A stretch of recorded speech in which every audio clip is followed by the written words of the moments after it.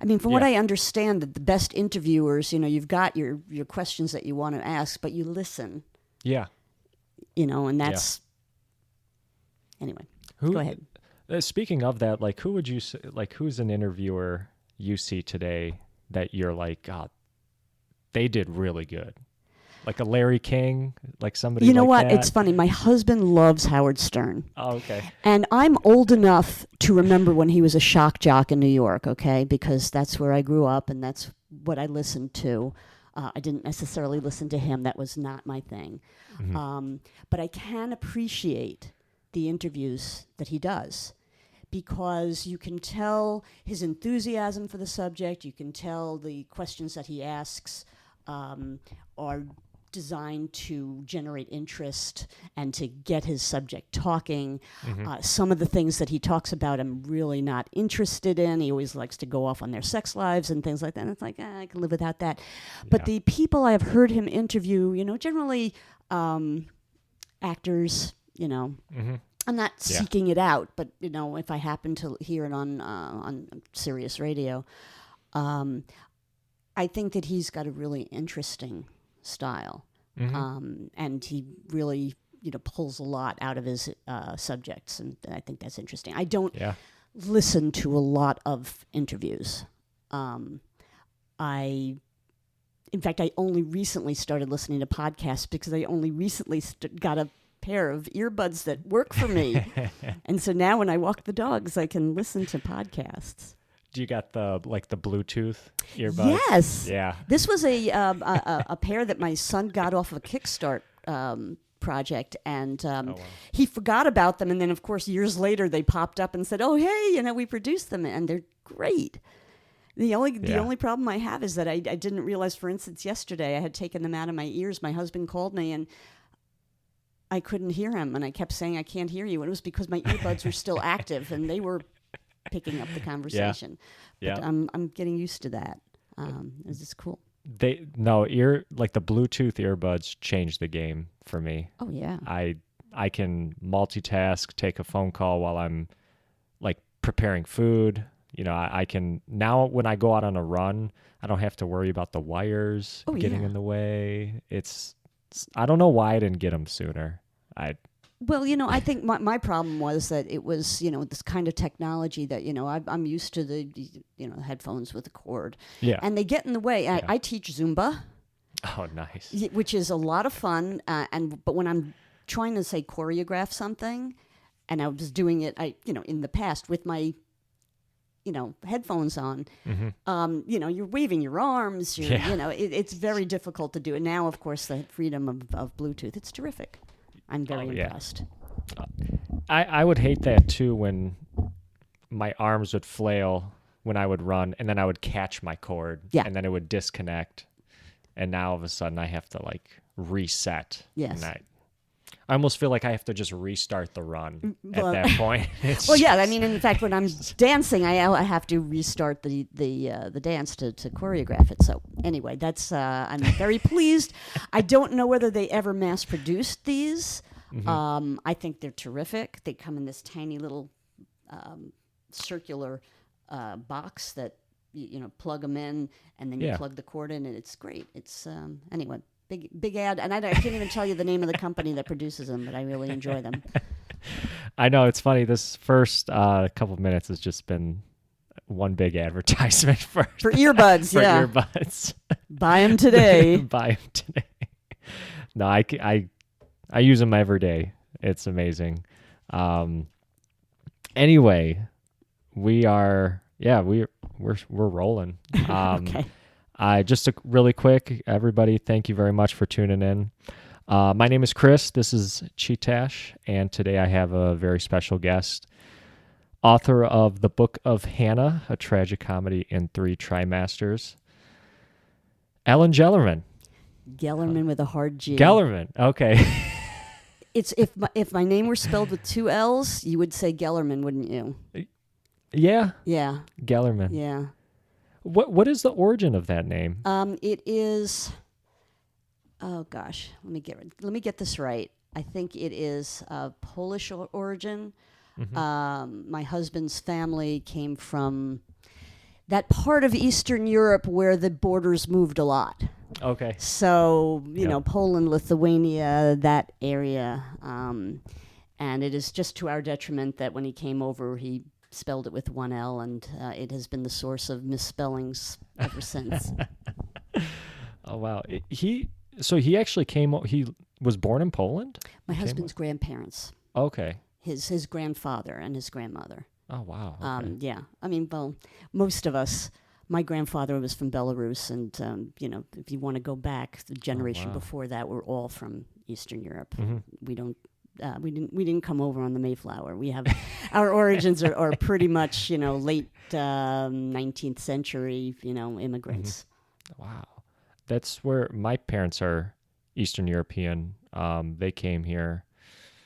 My dad was pretty young, less than 10, 8 years old, I think. And then my mom came over a little bit after that. She was in her teens. Yeah. Where'd they come from? Yeah. Yugoslavia. Yeah, which is not a thing anymore. Yeah, right. So did they come during that upheaval? Is that, you know, were they refugees? I don't think so. I don't think so, and I should know the complete story. There's a story there. You really need to know that. Yeah. I do. I've been trying to be better with my family's history. I know I need to ask more questions in regards to that. Well, there you go. Sit them down with the microphones. Because let me tell you something. Once they're gone, it is so much harder to go back and try to figure things out. So I started asking questions when I was in my 20s of my great uncle who was born in Belarus. And I got some really cool information from him at the time. You know, they were peasants. I was trying to teach myself Russian. I was very proud of myself. I said, "Hey, I'm trying to teach myself Russian. I know the word for refrigerator in Russian." And he said, "Well, I don't. We didn't have one." Wow. I mean, you forget the time. So, you know, once he passed and he was the last one in the family, then that aspect, that path was closed. You know, and, you know, when you have a family that is, you know, probably entirely made of either farmers or, you know, tradespeople, you don't have records. Yeah. You know, going back past that. And it becomes much harder. So my advice to you, if I may, is to get the relatives who are still around, get them talking. They love, unless there was a trauma there, which is a problem, of course, but they love talking about, you know, where they come from and their relatives and their grandparents and their great-grandparents and whatever they remember, because one of these days you're going to wish you had asked those questions. Yeah. I know I do. Yeah. I mean, you know, by the time that I was thought to ask them when I was mature enough to, you know, be interested in it, everybody was gone. But now, you know, I have my mom is the last remaining person in the family I can ask these questions of. And then memory becomes foggy. Yeah. And, you know, so ask them now. Before it's, yeah. Yeah. No, you're 100% right.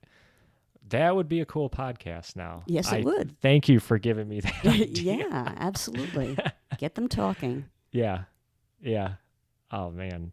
Ellen, thank you very much again for sitting down with me. Delighted. I really appreciate it. We're going to get into your book, The Book of Hannah. Before I do, though, I wanted to ask you, and I wish, it's funny, because we were talking before we started this. Yes. And you were talking about your experience writing a previous book that didn't end up getting published. I was wondering if you could share, again, the backstory on that book, because I find that topic super interesting. Okay. The political thriller. Yes, it was a political thriller. It was called The People's Republic of America. And the premise is that this veterinarian and this disgraced journalist meet up, and they have become convinced that the Chinese are waging a quiet background war against the United States via the availability of cheap goods that they have tainted in certain ways to weaken the country, and playing a long game, as they are known to do. The government I'm referring to, of course. And of course, it's very hard to get anybody to believe you when you think you've found something, and these two, find each other and, go about trying to prove what they've discovered. As I've said, it was something that I wrote, I don't even remember, 10 years ago maybe, or maybe a little more recent than that. Wrote it, shopped it around, didn't find any interest in it, and then I moved on. Yeah. And as I was saying, that political thriller is not my genre. And the point of that is that if you haven't read a lot of a particular genre, it becomes difficult to plot it with the energy that is required for that particular genre. Yeah, I know what you mean. So, I'm sure that had I brought it to an editor who specialized in that genre, they could have said to me, here's where you need to pick up the pace. Here's where something big has to happen. Here's where, the characters finally resolved the issue. I didn't have that. I never got to that point. I could have, at that time, spent some money and had it looked at, but then I, again, acknowledged that it wasn't really my genre. It was an interesting story based on something that actually took place, and I extrapolated. And if I want to just go back real quick about what that story was. Oh, yeah. That was, about 10 years ago. There was a period of time when dogs were getting sick and dying from unknown causes, and it was determined that there were these treats, these jerky treats that were made in China, available at places like Costco. And that was what people were deciding was making these dogs ill. And at the time, my dog was losing fur, and I had brought him to the vet. And when I brought the situation up to the vet and I said, hey, I've actually heard that maybe this was the case, that was at that time I said, maybe there's something here. And I mentioned it to my dog sitter, and my dog sitter said, they're trying to kill us all. And that was the impetus. And I said, that would make a really interesting book. How they're bringing these products in, they're making them cheap so, Americans flock to them. But secretly they're just, making them so that we get addicted to the pricing and maybe to the product themselves, and then slowly but surely wear away at our defenses. I just was watching a YouTube video recently about TikTok and how that came about. Are you familiar with that? Yes, and I'm aware that it's a lot of people say that it's it's because it's a Chinese product, and they're weaponizing it, and and I'm not familiar enough with TikTok. I mean, I like to watch dog videos, and that's so I'll see the occasional dog video on TikTok, but lots of dog videos. But there are ways. The whole point, and if you read The Art of War, it's all about conquering your enemy, ways to conquer your enemy without actual battle, and this was, I refer a bit to The Art of War in that book as well. So, maybe someday I'll bring it back around and, show it to an appropriate editor and make it so that it's, more marketable. But yeah. Speaking of Art of War, I used to work. I know another thing we were talking about before we started recording, how I went to Michigan, and you went to Indiana. So we got Big Ten representation here. I worked for our football team also for a year. And they have, at least at the time, I don't know if they still have it now, they had a big mural in their weight room, and they had a Sun Tzu quote on it. I'm going to butcher it, but it was something like, successful warriors prepare, then go to battle, and then failed warriors go to battle and then try to prepare. something like that. I'm totally butchering it, but yeah, no, that's a very, I should do that. Yeah, there are a lot of good snippets about that. I should bring, I had actually prepared some promotional materials for it. I'll have to show you at another time. And I used some quotes from Sun Tzu. Yeah. So anyway, that was that particular work that I worked on. And I write because I love to write. I wasn't trying to make any sort of political point. Not then. I mean, there are certain political things in my writing, and I can be pretty pointed about it. But that particular book was just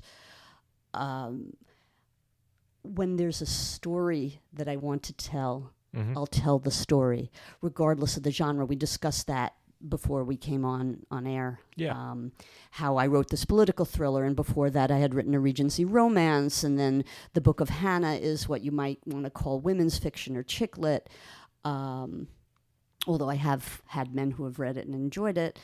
And then the latest book that I've written may very well be categorized as YA, young adult literature. Still waiting to hear about that. So it's about the story, not so much about the genre. Yeah. In this Book of Hannah, when did this come out?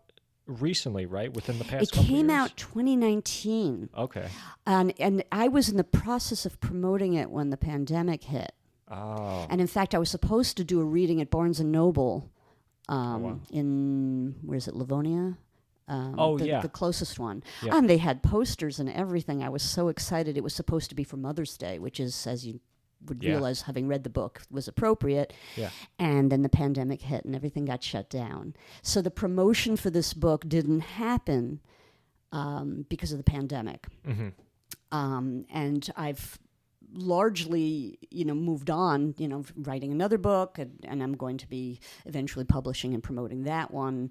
I'm still happy to be talking about the Book of Hannah because I enjoyed writing it and I really believe in it. But that's, it has been a few years. Yeah. Wow. And what was the spark for this book? Like, was there something? Yeah, there was. Yeah. And it's the first question most people ask. Yeah. And it has an answer, and it's amusing to me, and that is that I was sitting up in bed one night reading. I'm currently 62 years old, so when I wrote the book, I was, I guess, I published it when I was 59, so I was 58 when I wrote it. And I was sitting up in bed reading, and I was looking at my little belly, and I said, well, I may have a couple more pounds on me than I'd like, but at least I'm not pregnant, ha, ha, ha. And then I thought, well, what would happen if a woman my age or close to my age got pregnant? And what would happen if maybe she didn't expect it because she'd been infertile her whole life, and maybe it was a dream of hers but not of the rest of her family, and what would happen? And I really loved the idea of exploring what would happen to a person who got into this situation. Was it a miracle? Was it just a fluke of nature? Was it, any number of things? And so I ran with it, and it actually, ironically, took me 9 months to write. And then I published it through an independent publisher, and here we are. Wow. Well, is 9 months, is that like typical for an author? Or is There's no typical. No, they're really, seriously. I mean, you can have, if you're writing a piece of historical fiction, it may take you years to research. If you're writing something like this, I mean, the research that I needed to do to write the Book of Hannah had to do with infertility and the processes that women have to go through if they want to have children and can't. And I was very fortunate, and to the detriment of, unfortunately, my friends, I was very fortunate that I had a couple of friends who had gone through these processes 20 plus years ago, when the events would have happened for the protagonist. Okay, things are different now. If I had to write about infertility now, I would have to approach doctors and say, what are the current treatments? But again, this woman went through infertility, 20 plus years prior. And so I spoke to some of my friends who had gone through that, and they gave me that background that I needed. So that the amount of research wasn't as great for this book. Now, the one I'm currently writing, I've had to do some research. I've read a couple of scholarly books, which are, harder to get through. And, oh, wow. And I've picked my way through it. I didn't have to read the whole thing, but I've watched some conversations with the authors of these things, and I've had conversations with experts in the field, and just gotten, so a lot of research has to happen depending on the story. Yeah. Again, if it's something that's happening now, and it's just a story about people and their relationships, then there's less research involved. As far as writing, how fast does it, how long does it take to write a book? It varies. If you're the kind of person who sits down and says, I'm going to write for 8 hours a day, and just churn it out. I'm not that kind of person. I'm the kind of person who has to wait for inspiration to strike. But when I wrote the Book of Hannah, I was writing pretty much every day. I'd sit down in this particular chair in my house, and I would write, and it just flowed. This book in particular, more so than pretty much anything else I've ever written, was just flowed. Uh-huh. Yeah. I don't have an outline. And that is unusual for authors, as I understand it. I know where I'm starting. I know where I'm finishing. I know the arc. I know where the big hits are. And then I just sit down and write it. And again, is it the best way to write? I can't speak to that. I mean, I went to college for English, and we wrote, but we never wrote novel length works. It's just what works for me. Yeah. And if somebody said to me, I want you to stop and outline this before you write your book, I'd say, no, thank you. I just have to do it the way I do it. I know I'm the same way. I like going off script and not like being tied to like a certain way of doing things. I find with what you were saying with the way you write a book, that's kind of how I approach if I'm working. So like my day job is I'm a software engineer, and I've tried to code and like do side projects, build apps and stuff, and I find I don't push myself to do like, okay, every day I have to do 2 hours of coding. Right. It's just, hey, do I have the energy right now? Okay, yeah, let's log in and we'll put in some work. But if I'm super tired, just not into it, I don't push myself to do it, because I feel like then I'm not going to do my best work. And to what you were saying, right, it's not going to just flow. Right. Now, I find that's, I have read authors, popular authors, who have said, this is a job like anything else. You go to your job, you sit down at your job and you work, your 8-hour day or whatever it is, so your job. Other people say, and this is true sometimes for me too, do a word dump. If you're not feeling inspired, sit down and write. And there might not be anything good in it, but you're out there writing. Okay. And for me, that only works when I'm really stuck. Otherwise, I know what I have to say, and I will say it in good time when I'm ready to say it. The Book of Hannah in particular, as I said, that just flowed. I mean, and what I ended up with at the end, I actually surprised myself in certain situations, because there are connections. You've read the book. I'm not going to do any spoilers, but there were certain things that I brought up toward the end of the book that I mentioned earlier in the book, and I hadn't planned it.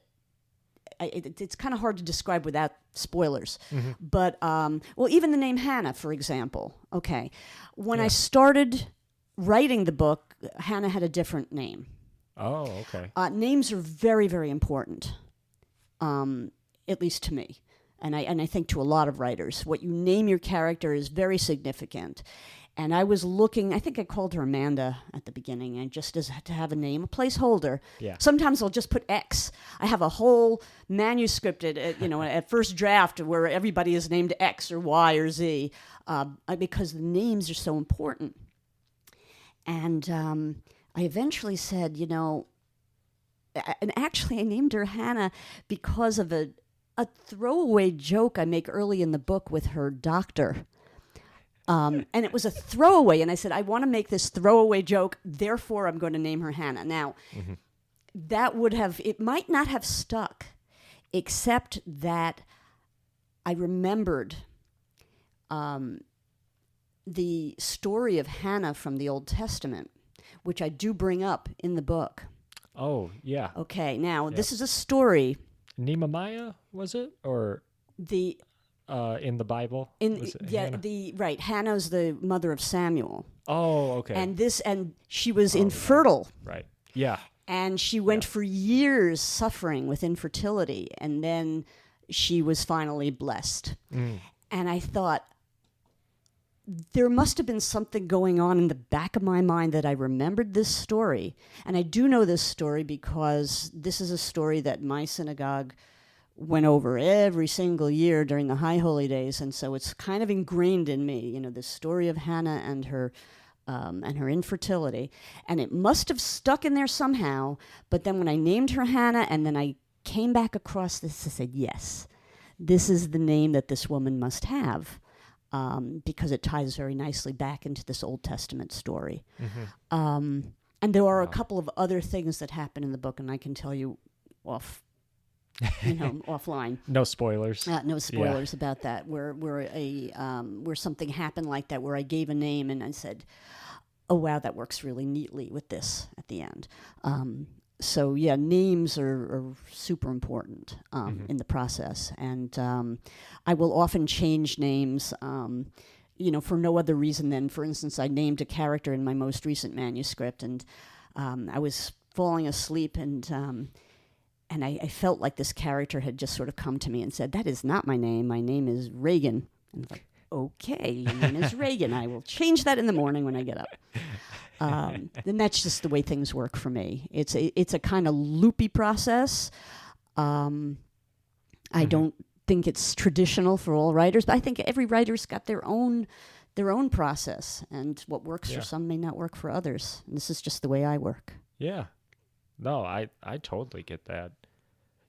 Speaking of names, Hannah's daughter in the book, Natasha. Yes. Who's Russian. Yes. Right? Yes. Now, was that just based on like what you were talking about earlier with just your family's Eastern European background? No, actually, that came from back when my children were younger. I knew people who had adopted from Russia. Oh, okay. And they told me things at the time about the adoption process in Russia and how children suffered. That was actually a piece of research I did do for this book. I remember there was a scholarly paper about the effects of early deprivations at these orphanages on the development of the adults.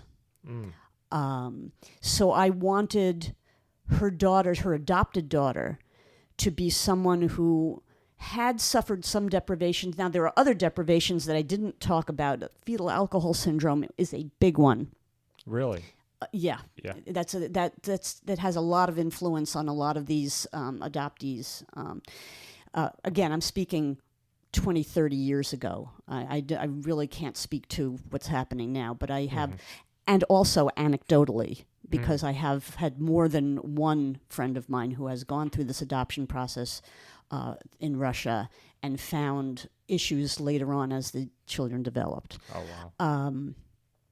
Again, this is strictly based on anecdotal evidence, and also this one scholarly paper that I tried to make my way through during the research. But I wanted her to be somebody who had come out of a situation that wasn't ideal, and found a loving family, but always in the back of her mind is like, was I enough?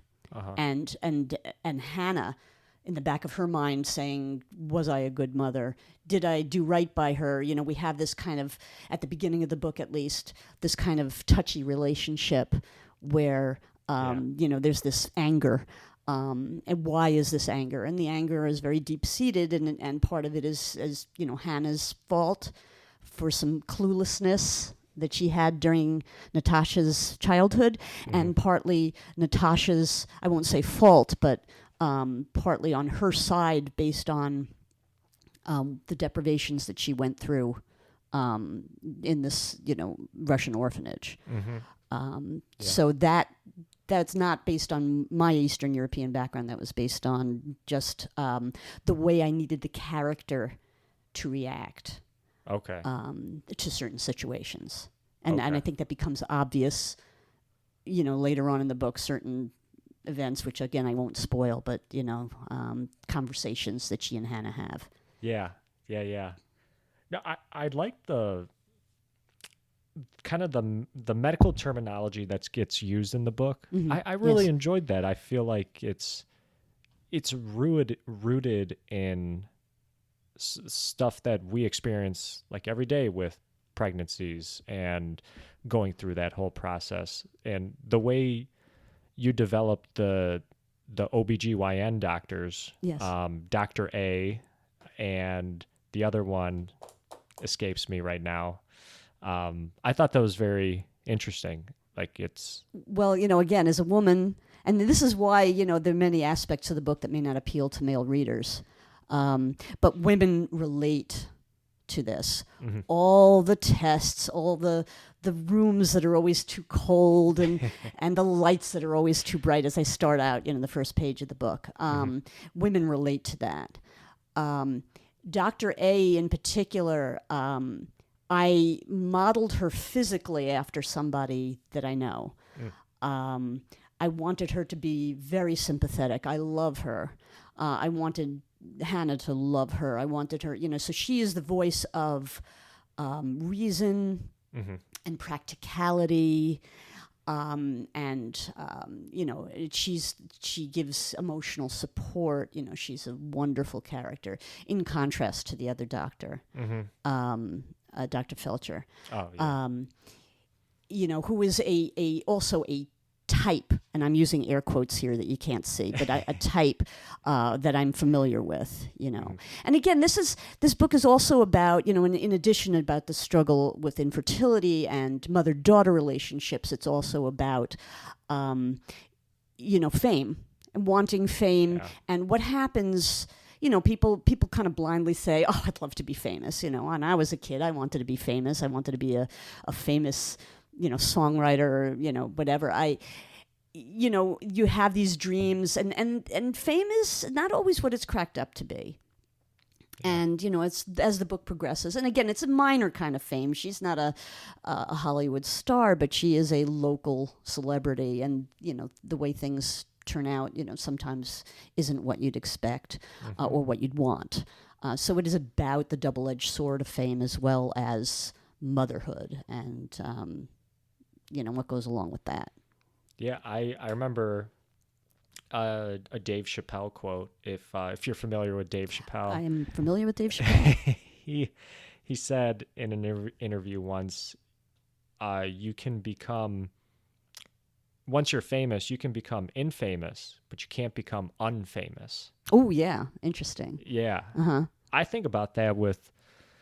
There's still some people who they had like their day in the limelight, like their 15 minutes, but we still talk about them.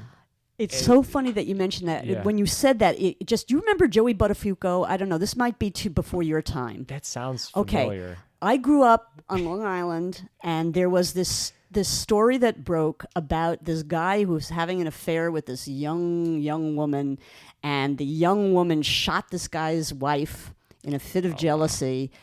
And they made such a big deal. This guy was in the town that I lived in, and it's Amy. I forget the woman's name. I don't want to get it wrong. But this guy Joey Buttafuoco, he was, you know, he owned this auto repair store in my town, but my God, it became a national story, and they made a a mini series or something out of it, and it became this big thing. Now, you're too young to remember this, okay, clearly, because you're blanking on it. But anybody who is older than, say, I don't know, 35 will have heard of this guy. And so, he's off living his life, and, presumably the young woman is out of prison and living her life and all these things. She was unsuccessful, by the way, shooting the wife. She did not kill her, fortunately. Wow. But you're right. I mean, I'm still remembering that it's the first thing that popped into my mind. It happened, probably 30 years ago, and people of a certain age will remember that story. Mm-hmm. Or you talk about Tonya Harding. Again, this is probably before your time. Oh, the skating, skater. right. Yeah. So they made a biopic or a docudrama or whatever about that story. Yep. And that was, again, a kind of, she was a celebrity in the figure skating community, but people would not remember her so much anymore if not for that event. So I agree with you of that statement. I mean, there are certain, you do occasionally find, an obituary of, somebody who was, he was a child star back in the 80s or something. And people say, the name was sort of familiar. I didn't know. But yes, there is no escaping it. Once your name is out there, there is kind of no escaping the fame. Mm-hmm. And for better or for worse, if you wanted that kind of thing, well, now you've got it. Mm-hmm. And in this case, Hannah hadn't thought about it really, but, she kind of liked the idea of being famous, and she liked the adulation. It brought her some warmth and attention that she wanted. But again, I won't go any deeper into that. So yeah.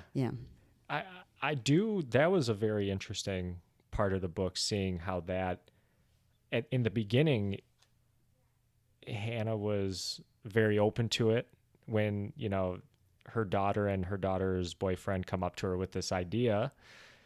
But as the story goes on, Hannah all of a sudden is kind of apprehensive, like, oh my gosh, what did I get myself into here? And people are, hopefully this doesn't spoil anything, but people are giving her things. And all of a sudden she's being filmed, and like, oh wow, it's kind of like, this isn't what I signed up for. Right. Well, yes, you don't really know that, do you? When you want to become famous for what it's worth, you take the good and the bad. And and she finds that out, and and for what it's worth, I mean, she enjoys it while it lasts. And what's interesting is that you bring up, the gifts, and not to go too deeply into that, but there was, in earlier drafts, she had a different reaction to that.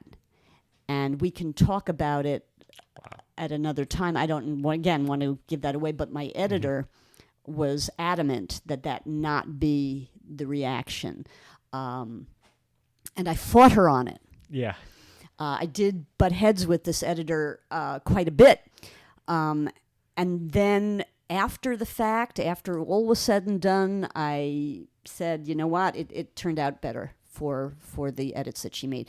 And another interesting point about that process is that the people in this book were a lot nastier to each other in the first draft, the first few drafts. And it wasn't until the editor got a hold of it and she said, she doesn't get along with her daughter. She doesn't get along with her husband. She doesn't get along with her mother. Why would you want to spend time with these people? And it hit me really hard. Mm-hmm. And I said, yeah, maybe she has something here. Maybe I should listen to her. And so that was really important for me as a first-time published author to learn. It's not only about, you're telling this story and this is the picture you have in your head, but the characters, they're deeper than the surface. They've got these inner lives that we have to reveal to the reader. And I need to dig a little deeper into these people's inner lives and find out what these relationships were really about. Mm-hmm. And they became much more sympathetic. The relationships were more sympathetic. The characters became more sympathetic. And I think as a result, the book is a better book. Mm-hmm. Wow. No, that's very cool. I couldn't help but think Hannah's whole experience with the fame reminded me so much of just social media in today's world. Oh, yeah. People who all of a sudden gain this huge following for posting like a couple videos, not necessarily that they invented something new, some feat of engineering, but it's, I don't know, it's just like a really quick, like couple second video, and all of a sudden you're posted everywhere. Right. And then there's the people who become famous for being famous. And this is, again, this whole, for instance, this whole Kardashian phenomenon. Yeah. And I have not watched a single show. Okay. I am speaking of it without ever I have zero interest in these people, zero background, but these people have become billionaires essentially for being famous. And why are they famous? They're famous for being famous. It's this circle that just goes around. They have nothing to offer society. And in some respects, they have, pulled us back a little bit, perhaps. But again, not knowing them, I'm not going to, pass judgment on the people who enjoy that kind of entertainment. But that is a thing with social media. Now, I'm on Twitter a lot. I'm not on TikTok, and I dipped my toe into Instagram when I first published the book, but I don't have any content to offer, so I'm not, at the time now that I'm in between books, I'm not on Instagram as much. But Twitter, I'm on Twitter an awful lot, and I've seen it happen in real time. I've seen this young activist, for example, get ranked on by a member of Congress, and she stood up to him, and all of a sudden, this young woman is just boom! She became this very well-known activist, and all of a sudden she's got hundreds of thousands of followers, and happened virtually overnight. Yeah. And that happens, Yeah. Do you think people handle that well, or like some people can't? I think some people do, and some people don't. Yeah. And also I have seen that some people who handle it well at the beginning, sometimes it begins to wear on them, and things turn, and then the public turns on a dime. And it happens, it's been happening, for as long as people have been communicating, that you are everybody's favorite until you're not. Yeah. Look at J.K. Rowling. Oh, yeah. Okay, so J.K. Rowling, everybody's favorite author for a good decade, and everybody loved her, nothing but wonderful things to say, and she made her billions and all this other stuff. And then she said a few things that were anti-trans, and now all of a sudden that's what she's famous for. Yeah. And so a large portion of her following became very hurt, and now are anti-J.K. Rowling. So it is a double-edged sword, as I like to say. It's, you like to be famous, you like to earn the money, but then you have a platform, and people expect certain things from you on your platform. And if you don't meet their expectations, it can go very badly. Now, I don't know how it affects her personally. Lord knows she could stay home and never say another word, and never write another word, and live perfectly happily with her billions. And, and that's great. And she has her legacy, of these books and the movies and the theme parks and the merch and everything else that she has. But now there's this segment of the population that will always think of her differently. Wow, yeah. I remember another example. I remember this. Not that I followed this too closely, but Adele lost a lot of weight. Yeah. And all of a sudden people got a little upset at her kind of losing weight. And I thought, like, oh my gosh, like, shouldn't we be happy for Adele? I don't really listen to Adele's music, but like, I appreciate that she's out there. That's the first thing that would come to my mind is like, oh my gosh, she's taken steps to, feel better. She made a change. She's done what she's done is she's done for herself. And whether, it pleases the general populace is really shouldn't be the issue, but it becomes the issue. And Mm-hmm. that's why the social media world is like, years ago it might not Yeah. have mattered. You might have seen her on TV and said, "Oh wow, she lost a lot of weight." Mm-hmm. Oh, she looks good, or maybe she doesn't. Maybe she okay. She lost so much weight, and. Yeah. But now everybody's hanging on every single word, and everything is about clicks, and everything is about views, and everything is about followers, and Mm-hmm. So that is, and that's sort of addressed. And actually, I'm at a situation now where I've written most of a sequel to the Book of Hannah. Oh, wow. Okay. There's about 50,000 words of the sequel that's already written. Wow. And then I stepped away from it because I said, okay, I told the story I wanted to tell. And I wrote the sequel because I have a number of people who read the book and said, oh, what happens next? Yeah. And I said, I was wondering okay, that. I can do that. And I did. And the sequel is written. It needs to be beefed up and having written. But I said this other story that I wanted to write caught my attention. I stepped away from Hannah, and then I wrote this other story. And now I think I might come back to it because it goes even further into this whole situation about what happens in social media. Mm-hmm. A lot of it focuses on Natasha in the sequel. Oh, okay. Okay. And that's all I'm going to say about the sequel. But I probably, now that the other book is in the editing process, I probably will come back to the sequel and see where I go with that. Okay. Oh, But very yes, cool. it does further address the situation that social media can cause. Mm-hmm. I that's such a fascinating topic. I'm sure you might have heard of this documentary. I think it came out last year on Netflix. It's not called Your Undivided Attention. It's something. Tristan Harris, I remember, was the producer. And I remember, God, the name escapes me, but it went into this whole deep dive into Facebook algorithms, this attention seeking, just Yeah. trying to keep you on the page and not having you stray away. They kind of want you to keep clicking on things just to keep you on the page where there's advertisements and such. Oh gosh, and yeah. It's super fascinating. I'm not familiar with it, but now I'll have to check it out. I'll have to get the name. God, the name escapes me right now.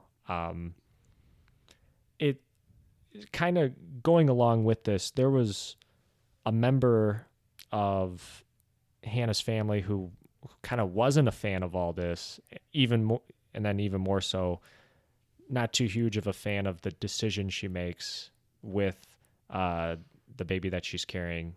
Her husband, Ryan, I believe Yes. was his name. Do you get do people come up to you and say, like, let me ask this, was Ryan supposed to be like a enemy, like a hated character, or is he kind of just... This goes back to the relationships that changed with the editor that I had. Mm-hmm. Okay. So, yes, when I first wrote Ryan, they did not have a good marriage.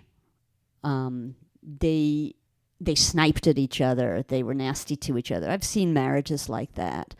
Mm-hmm. And so I was writing that, and in the first draft, again, she and Natty were sniping at each other, and everybody was nasty to everybody else. And to my editor's point, it's, I don't want to spend any time with that. And just to take a little step aside for a second, a little tangent as we discussed. Yeah, absolutely. Later on, after the book had been edited and it was in the publishing process, I read a book that I picked up at a major book event in New York, and it was about some characters in New York, and I'm a New Yorker originally, and I was just like, okay, I want to read about these New York characters. Mm-hmm. And by the end of the book, I was just so put off because all these characters were awful people, every single one of them. They all hated each other, and I only finished the book because I felt obligated to finish the book. I wanted to see, well, maybe there's redemption for somebody, and there wasn't. I just hated the characters from beginning to end. And then I said, thank you to my editor. If I say not allowing me to do this to my characters. Mm-hmm. So what happened was, Ryan and Hannah, and again, I don't want to give away too many things, but Ryan and Hannah's relationship over time has cooled, which happens to a lot of long-time relationships. And so when he discovers that she's pregnant essentially she finds out when she's 54, this isn't in his plan. He's older than she is. He's eyeing retirement. He just wants to go stand on the golf course all day and enjoy the time he's got left. Yeah. And now all of a sudden, Hannah has some news, and he's not prepared to hear it. And and you can sort of understand. You understand where he's coming from. Mm-hmm. You reach a point in your life. I mean, if I suddenly found myself raising a child at my age, and to think that I was now responsible for the next 18 to 20 years of this child's life, and that takes me, into my old age, that would scare me. And it would not be my choice, that I would not want to do this. Mm-hmm. So does he come off as a bad guy? A lot of people don't really like Ryan. A lot of readers don't like Ryan because of certain things he said and certain decisions that he makes. On the other hand, I think that we need to cut him a little slack when you find out things about him and where he's coming from, where he is in his mind. You have to kind of say, well, okay, this thing, he wasn't expecting this, and he's going to react the way he's going to react. We can't expect everybody to be happy about this very unusual situation. Yeah. And to his point, and it's not too much of a spoiler to give out, she's 55 years old. There's any number of things that can go wrong with this child. Mm-hmm. And in fact, my OBGYN read the book, and she enjoyed it. She gave me a nice review on Amazon. Nice. But she also said that's it's a stretch.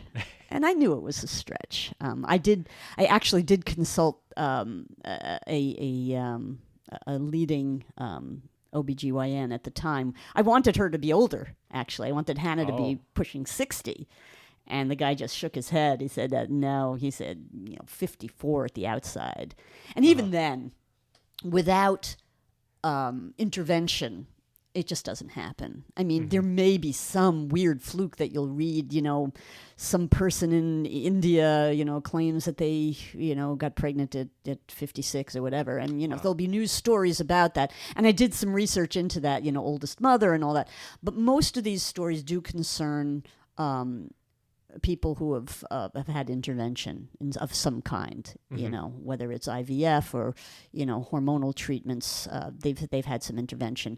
The quote unquote miracle in this book is that, after a lifetime of infertility, Hannah has this child, gets pregnant with this child naturally, without any intervention. Mm-hmm. So then it is meant to be an open question in the book, those questions of faith.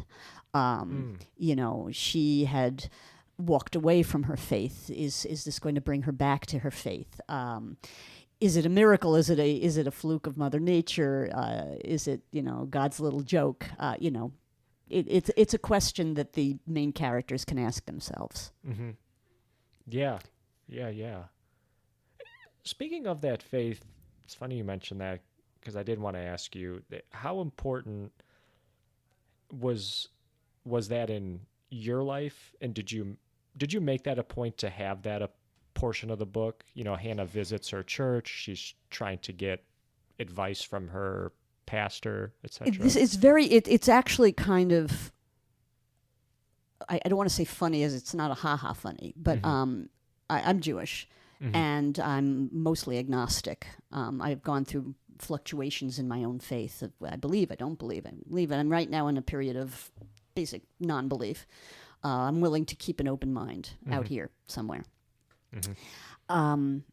It was very important to me. That, by the way, again, where the story of Hannah, the biblical story of Hannah, comes up, that and tied in so beautifully. It was very important to me that Hannah be Catholic, and I had a friend who was Catholic, and she came back to me after she read the initial manuscript and said, "Well, why does she have to be Catholic?" And I said, "Because that's who she is. You know, you can't really ask an author, like, why does she have to be this or that? It's because I wanted that push and pull. I wanted the push and pull.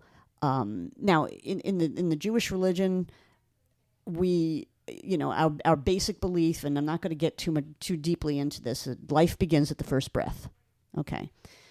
I am aware that other religions approach it differently, and that a Catholic person faced with this situation where she might bear a child with severe disabilities, or that might threaten her own life, might need to make a choice. From my point of view, and again, this is going to be controversial in today's day and age, I believe a woman should be responsible for her own health decisions. There we have it. I am entirely pro-choice, not shy about that. Hannah has a lot of push and pull in her life. She has declared herself pro-choice, even though she grew up Catholic. She has Ryan, who is Catholic, making one point on one end. Her daughter Natasha, who is, you know, pretty much an atheist, making another point on another end. She's got people in her community who expect certain things from her. She has her parents who are still alive expecting certain things from her. And I wanted that push and pull, you know. So she had this faith growing up. She had this longtime priest who she was very fond of. You know, he wants her to look at it as, you know, God's gift. Can she look at it that way? You know, so that's why this character needed, in my view, needed to be Catholic.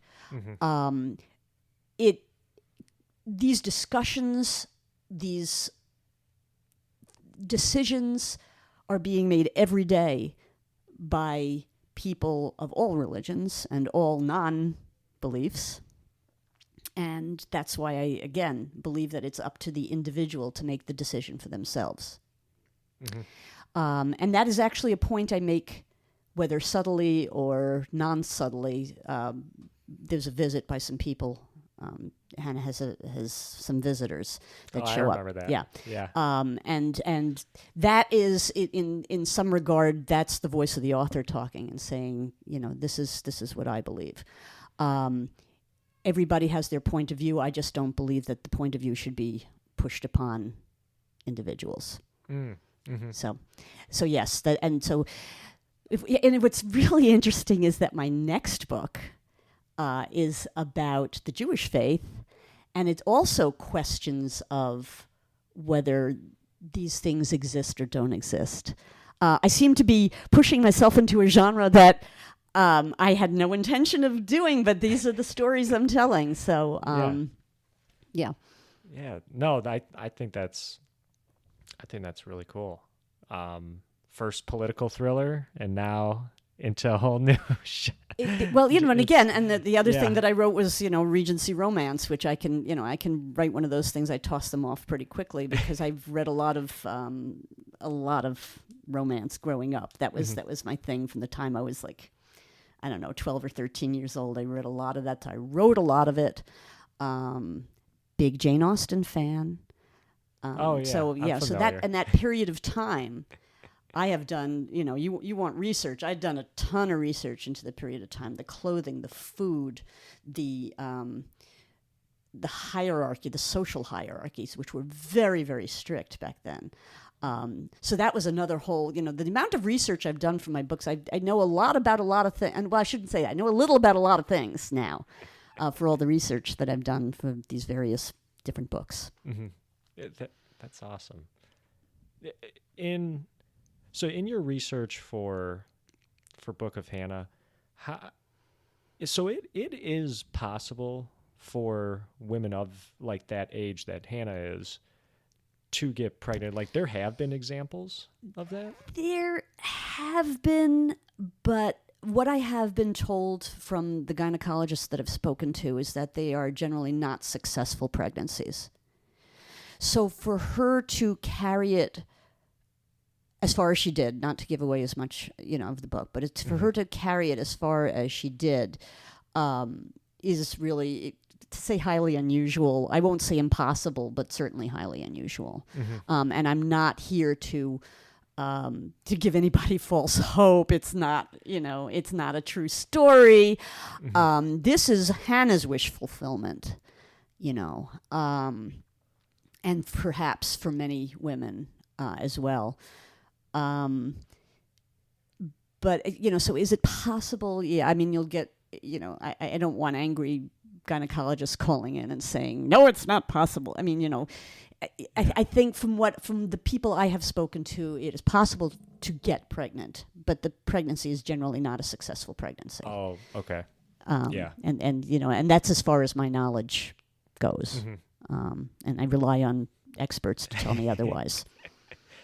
And so it would be different for men, like if, because I know somebody who had his daughter at mid-40s. Oh yeah, like no, there's a huge difference for men. I mean, the women go through menopause. The eggs stop dropping. It's just a thing that happens, whether it's at 45 or 50 or whatever, it just happens. And that's what makes this so unusual, because by the time you hit 55, more often than not, and again, not 100%, but more often than not, the woman has gone through menopause, whereas a man is continuing to produce sperm. Now, the quality of those sperm will probably decline over time. Yeah. And again, I'm no expert. I'm not going to claim I know anything about this, but I understand that there are things associated with older fathers, problems associated with older sperm. Again, I can't speak to that because I'm not an expert on it, but it's certainly way, way different for men than it is for women, which is why, women of a certain age, they start to think, oh, I'm 30 or I'm 35 or I'm 40. I'd better have kids now before it's too late. And again, just for a little bio lesson, that the eggs that a woman is uses to give birth are these same eggs that she was born with. So by the time those, she's having a baby at 40 or 45, those are really old eggs, which is why you start coming into these problems. Okay.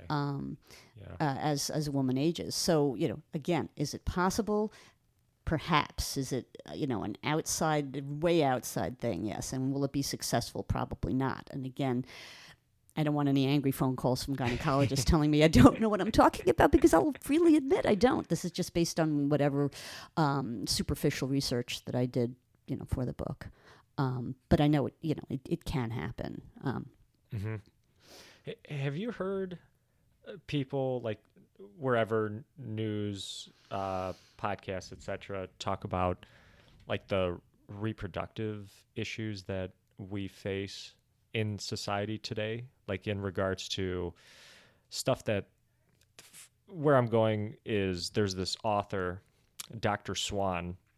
She wrote a book on environmental factors in today's world that have been negatively impacting reproduction compared to earlier, years ago in American history, where we didn't have the same environmental factors like plastics. Oh yeah. And I think she even says, certain foods, GMO foods, the hormones. I mean, I'm not going to speak to GMOs because pretty much everything that we eat has been modified by farmers over time. Unless you're eating like heirloom tomatoes or something, pretty much everything has been modified over time. I mean, corn we eat today is not the corn. It's not maize. It's not, what the settlers found when the Native Americans, were growing it. It's not the same stuff, right?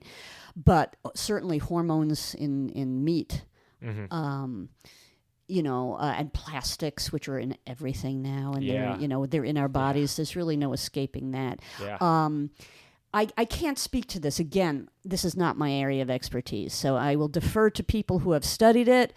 But certainly to say, what we have put into the environment has changed things. I mean, I understand that young girls are going through puberty younger due to hormones in the food. Again, wow. I don't want to put that out there as a fact without researching it. It's something that I've heard, but again, I put out the caveat that this is not my field of expertise, and I don't want to claim anything that I haven't researched thoroughly. My sister's a scientist. My brother's a doctor. I'm a writer, okay? So I defer whenever there's questions of science, I'll call my sister. Yeah. Whenever there's a question of health, I'll call my brother. I don't make these pronouncements. These are not for me to say. For me to talk about issues of reproductive freedom as a human being, as an American, as a woman, I have definite opinions about that, and I will speak about that. But as far as the science is concerned, I'll leave that to others. Yeah, I'm super thankful. I have some friends who are doctors. It's so cool that I can kind of call them like, hey, what do you think about this? Or, I was reading this, and to have that resource is great, that I can get a medical opinion. Oh, it is really valuable, but keeping in mind that, and I feel bad because I also have a dear friend who's a doctor who is also an author, and we talk mostly about our books and our writing. But she has been. I've known her for over 25 years, and during that time, I have needed her opinion, a medical opinion, for many, many things. And yes, it is a wonderful, comforting thing to know that there's somebody that you can call in the middle of the night, when you can't get to the doctor or whatever, So, yeah, my brother, thank goodness I have him. My sister, who, during all things pandemic, I was able to talk to her because she's in immunology, and, she can cut through the BS and tell me exactly what I need to know. So, yeah, I'm real grateful for my family and the people that I know who are educated in these things, which is why I don't like to make pronouncements about them. I leave that to people who know. Another example, I have a friend who's a lawyer, and they get that. They get that too. All the questions. Yeah. I asked him a couple things recently, and he's super helpful. Helped me out. He's great. And it's nice that they do, because that no matter where they go, people will ask them questions.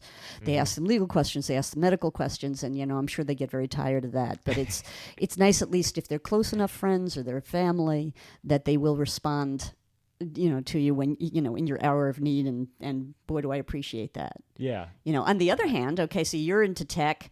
My husband is the chief technology officer of this company, and so when people need their like, oh my God, I've got a virus on my computer, what do I do? He's the one they call, and and he can take care of that. We all have our areas of expertise, except nobody ever calls a writer for advice. Really? No? Well, writing advice, yeah. Yeah. It's like, oh my gosh, I have to write this cover letter, for this job I want to apply to. Can you look at it for me? Yeah, I can look at it for you. It's so that kind of thing. Yes, I guess that people do call writers for advice. So there you have it.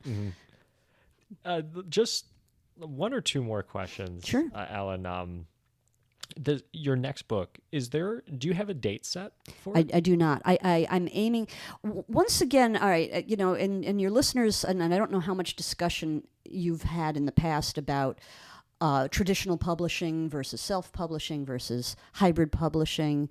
The Book of Hannah was published through what they call a hybrid publisher. Okay, it's not one of the big, it's not Simon & Schuster, it's not Penguin, it's not one of the big imprints, right?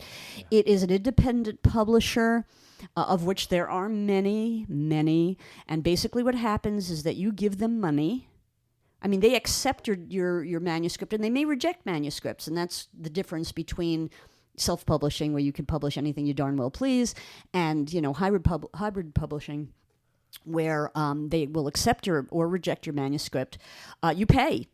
In some cases, quite a lot of money. And what you get for that is your cover design, you get an editor, you get proofreading, you get the layout, you get the ISBN number. You get, if you're lucky, you get placed in a Barnes & Noble or something. I mean, in that regard, Barnes & Noble, when I had my book in Barnes & Noble, it was about, well, can we order a few copies? And, if they don't sell, can we return them? And sure, when you're with a publisher, you can do things like that. Mm-hmm. Hannah took about, from start to finish, probably about, I guess, 2 years. It took me 9 months to write the book, and then another, almost a year or so to get it published. So to ask when is my next book coming out is a very difficult situation. So right now, the manuscript is with an editor who may or may not accept it. I got his name through a contact of mine, and he will read the manuscript and then decide whether it is in his wheelhouse and whether he wants to edit it. And then from there are a couple of different paths. You can try to shop it to an agent. There is no longer going directly to one of the big publishers. That's it. It just doesn't happen. Mm-hmm. You have to shop the manuscript to an agent. And by the way, it's pretty difficult to get an agent. I mean, and perhaps it would be easier. I don't know. Maybe other writers, get their agents pretty quickly. You have to write query letters. Every agent wants a different thing. They want the first 2 chapters. They want a synopsis of 2 pages. They want a synopsis of 5 pages. They want, the first 5 chapters. They want the entire manuscript. Everybody wants something different. They want a cover letter to go along with that. Okay. The process is long. The agents want at least 2 months to look at your manuscript, at which time they could say no thanks, and then you're 2 months behind. Yeah. And of course you could send it to multiple agents at a time. I would like that my next book published by the spring. There are certain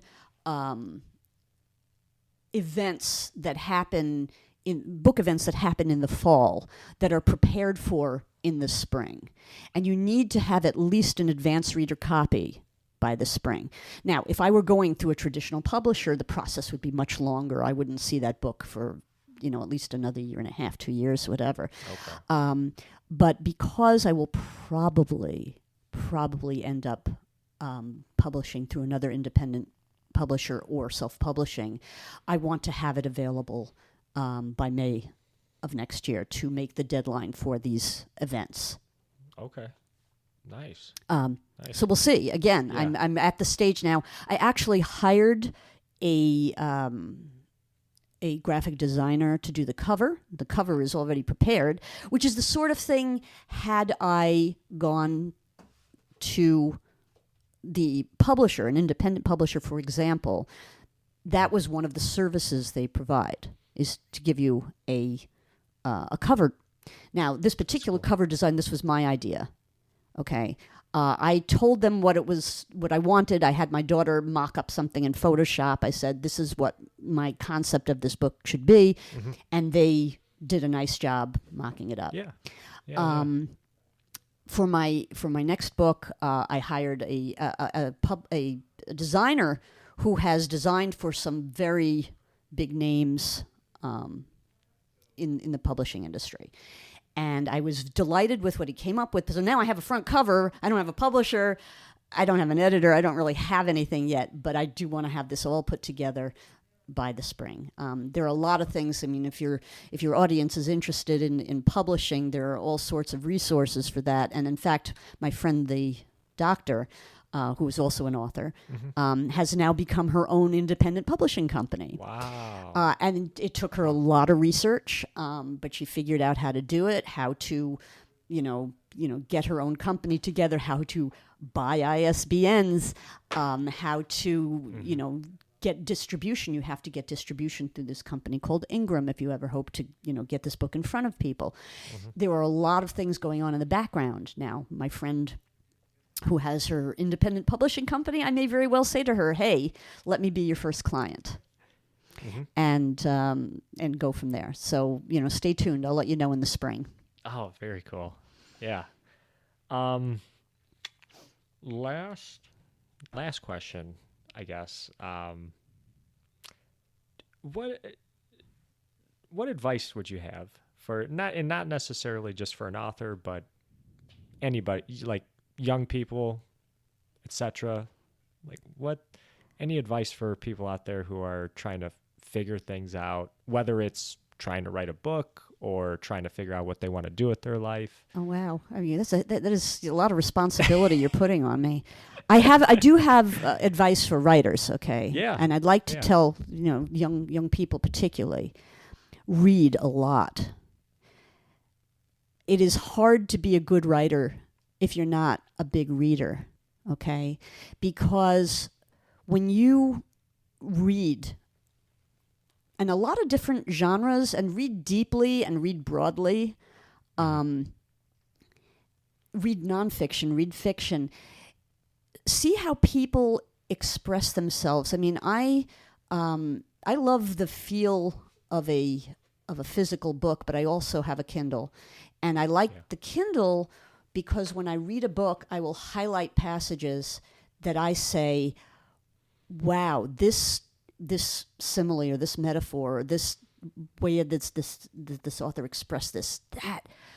I'm going to tuck that in the back of my mind because that's the sort of thing I want to emulate. Mm-hmm. You don't want to be somebody else. You want to be yourself. You want to write like yourself. But see how other good writers write. Now, I mean, depending on what your genre is, I mean, again, I wrote this political thriller, but I am not a political thriller writer, and I'm not a political thriller reader. So if I really wanted that book to succeed, I really should have read a whole bunch of political thrillers and gotten the rhythm, and learned the language, and gotten a better idea of what readers expect when they're reading that genre. I know that very well when I write Regency romance because I was a reader myself, and I've written a number of things from short stories to full-length works in that genre. I know what people expect. So read a lot. Mm-hmm. And as far as young people are concerned, if I were, because people my age, and again, I'm 62, which I sometimes can't believe myself, we tend to, look back on our lives and say, what would I have done differently? And what I would have done differently, when I was in high school, I wanted to go into language. I was taking Spanish and French. I'd taken Spanish since first grade, and I I wanted to learn language, and I wanted to go to a college that was I was going to become fluent in all these languages. And my academic advisor, such as she was, said, why are you not expanding your horizons enough? You're not using your brain enough. You're a smart kid. Look at your brother. He's going to medical school. Look at your sister. She's a scientist. You should, use your brain for things like that. So I went to college for biology, which is a huge mistake because that was my brother, the doctor. That was my sister, the scientist. That wasn't me. Mm-hmm. And so after a semester and a half of majoring in biology, I called my parents one day. I said, I can't do this anymore. This is not me. And they said, what do you want to do? And I said, I don't know. And they were, I give them all the credit in the world. They were super supportive. They said, do what makes you happy. And I became an English major, which, by the way, is one of the most useless majors from the standpoint of getting what people perceive as a great job. Okay, I don't want to denigrate it at all. What it did teach me, though, was, I read a lot of literature, and then I learned how to write. And I always had been writing. I wrote from the time I was 8 years old. I've always been writing something, but I learned more about structure and characters and things like that. Mm-hmm. So there is no waste in the things that you learn. So I would say, though, don't let people tell you who you are. I was wrong, and I let that the high school advisor. By the way, that was back, in the pre-internet days. We didn't have the internet to do research on like what could I do with this, with a degree in this. What could I, what profession could I have? What options are there for me? We didn't have that. We relied on experts, and I'm using air quotes again. Because this lady was really, she pushed me in the wrong direction, and I regret it. I wish I had, proceeded the way I wanted to proceed. And what I say, it's don't let people tell you who you are. You know who you are. Or if you don't know yet, you'll find out, But also, don't be afraid to learn lots of other things. Mm-hmm. You should have a broad base of all kinds of things. And I'd like to go back once again to my friend the doctor, because she's one of the greatest people I know. Her undergrad was in philosophy. Very so that's not a traditional undergrad for a medical student. But as a result, it prepared her very well to be an author and to ask big questions. Yeah. So, don't let people pigeonhole you. I mean, yes, you should be able to support yourself.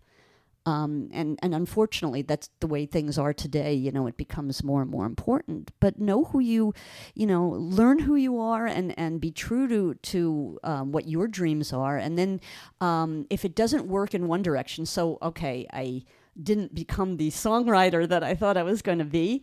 I had my degree in English. I got out of college, and I said, hey, world, I have a degree in English. And they said, here's your typewriter. You're a secretary now, which was not in my plan. But I was a secretary at an advertising agency, and I went into advertising. Not the path I thought I was going to take, and then it was kind of circuitous, so I became a copywriter. And, so from writing copy at the time I was working for a major New York ad agency, so I learned a lot about advertising. Then I worked for a major newspaper. Mm-hmm. So I learned about the newspaper business, and I learned, how to promote that.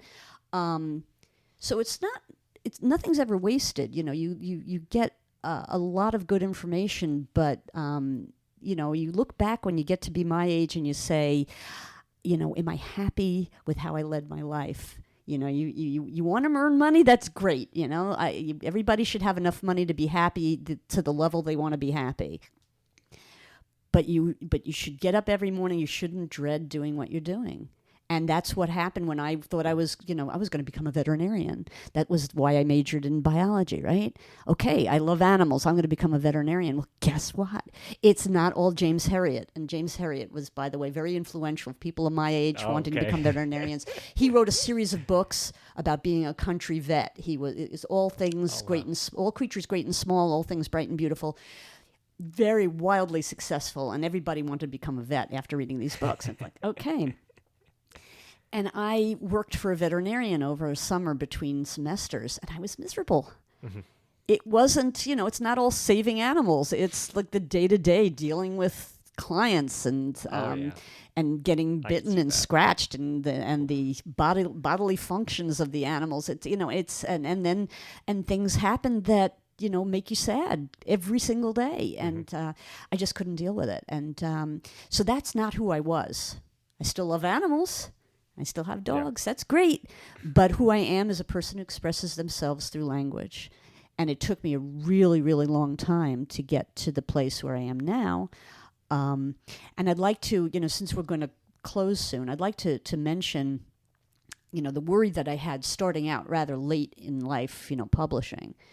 And this is sort of a piece of advice for anybody who is, middle-aged and later, who thinks that, well, it's too late for me now.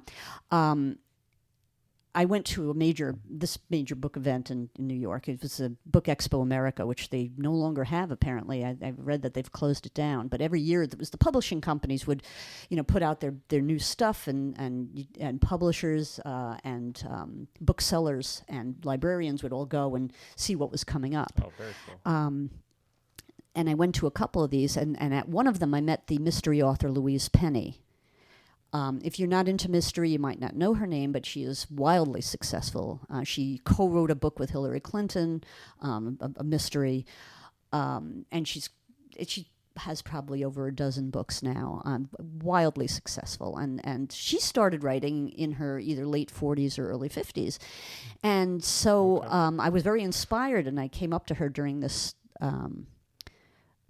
signing event, and I explained to her I had just written this manuscript, which was the political thriller. And I said, but, I'm worried that I'm starting too late, and, I feel like I'm getting old. And she looked at me, and I will always be grateful for her for the time she spent. And she said, we have so much to offer. And it hit me really hard. And it's like, yes, I have a lifetime of experience. I may not be the young, bright new thing, up and coming, but I have a lifetime of experience and memories and ideas, and so does everybody else. And so for a writer, you're never too old. Get started. Write the things you're comfortable with. Write the idea that you have in your head. Be open to things that you didn't think you were going to write about, and just see where it takes you. Outline or don't outline, whatever your university professor told you had to do. It's like, okay, that's a great thing if it works for you, but if it doesn't, do what you can. Yeah. Get good advice from people who know what they're talking about. Don't be so stubborn as to say, well, I know what I'm doing, and I've been doing this for a while. Well, listen to people when they tell you your characters are unlikable, or in the case of my most recent manuscript, there was some confusion as to the voice of the narrator. Listen to people when they tell you that, and do what makes you happy. Yeah. It's really what it boils down to. You got one life. Don't blow it. Yeah. Do what makes you happy. I think that's a great way to close us out. Ellen, thank you very much. Oh, thank you. This has been a lot of fun. Yeah, this was a lot of fun. I'm very happy we were able to make it happen. And really quick, for people that would like to purchase the book, is the best way to go to Amazon or website? Okay, well, all right. There are a few ways to purchase the book. You can go to my website, which is ellengelerman.com. It's spelled Gelerman with one L. Although I've also bought Ellen Gelerman with two L's.com because I know people will make that mistake. You can buy it on Amazon. That's probably, for better or for worse, the easiest way to buy it. It is available through the publisher, which is warrenpublishing.net. I am open for book clubs, by the way, locally or through Zoom. I have done quite a number of book clubs, and cool. I think it's a wonderful way for people to ask the same kind of questions that you're asking now, or to discuss how the book hit them. So that's something, if you're in the Metro Detroit area, I can show up in person, or if you are outside the area, I did a book club in Florida through Zoom. Wow. Yeah, That's and cool. actually, I did one in New Jersey as well. Through Zoom. So open to that, and look forward to feedback. You have something to say, I'd love to hear it. Awesome. I'll include links to your website, the Amazon link as well, in the description. And guys, that's going to do it for this episode of Chee-Tash. Well, thank you for having me. Yeah, no, thank you, Ellen. My name is Chris. This has been Chee-Tash, and take care, everybody.